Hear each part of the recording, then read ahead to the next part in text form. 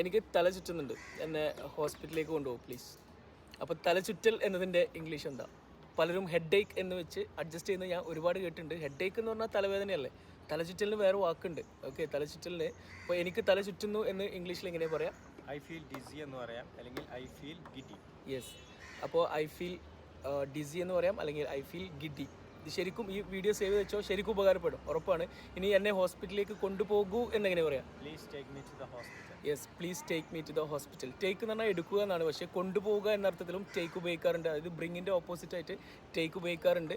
അത് ഞാൻ വേറെ വീഡിയോ ആയിട്ട് ചെയ്യുന്നുണ്ട്. ഓക്കെ, അപ്പോൾ ഇതുപോലെ ഒരുപാട് കാര്യങ്ങൾ നിങ്ങൾക്ക് ഞങ്ങളുടെ ഓൺലൈനിലൂടെയുള്ള വാട്സാപ്പിലൂടെയുള്ള സ്പോക്കൺ ഇംഗ്ലീഷ് കോഴ്സിൽ പഠിക്കാം. നിങ്ങൾ ലോകത്തിൻ്റെ എവിടെയായിക്കോ, കാരണം ഇപ്പോൾ നിങ്ങൾ പഠിച്ചത് ഏറ്റവും ബേസിക്കായ കാര്യമല്ലേ. ഇതുപോലെ ഏറ്റവും ബേസിക്കായ കാര്യങ്ങളും അഡ്വാൻസ് ലെവൽ കാര്യങ്ങളും ഞങ്ങൾ നിങ്ങളെ പഠിപ്പിക്കും, നിങ്ങളെ കൊണ്ട് പ്രാക്ടീസ് ചെയ്യിപ്പിക്കും, നിങ്ങളെ മിസ്റ്റേക്സ് കറക്റ്റ് ചെയ്യും, നിങ്ങളെ കൊണ്ട് ഇംഗ്ലീഷ് സംസാരിപ്പിക്കും. ഇതെല്ലാം നമ്മൾ 2 മാസം കൊണ്ട് പേഴ്സണൽ ട്രെയിനറെ വെച്ചിട്ടാണ് പഠിപ്പിക്കുന്നത്. അപ്പോൾ നിങ്ങൾ പഠിക്കുന്നത് വേറെ ആരും അറിയില്ല. അപ്പോൾ നിങ്ങൾക്ക് ധൈര്യമായിട്ട് അഡ്മിഷൻ എടുക്കാം. 2 മാസം കൊണ്ട് നിങ്ങൾക്ക് നല്ല ഇമ്പ്രൂവ്മെൻറ്റ് ഉണ്ടാവും, അതിൽ യാതൊരു സംശയമില്ല. നിങ്ങൾക്ക് ലാംഗ്വേജ് സെറ്റാക്കാം. അപ്പോൾ മുകളിൽ ബയോയിൽ വാട്സാപ്പ് ലിങ്ക് ഉണ്ട്, അത് ക്ലിക്ക് ചെയ്യാം. പുതിയ ബാച്ച് ഉടനെ സ്റ്റാർട്ട് ചെയ്യുന്നുണ്ട്.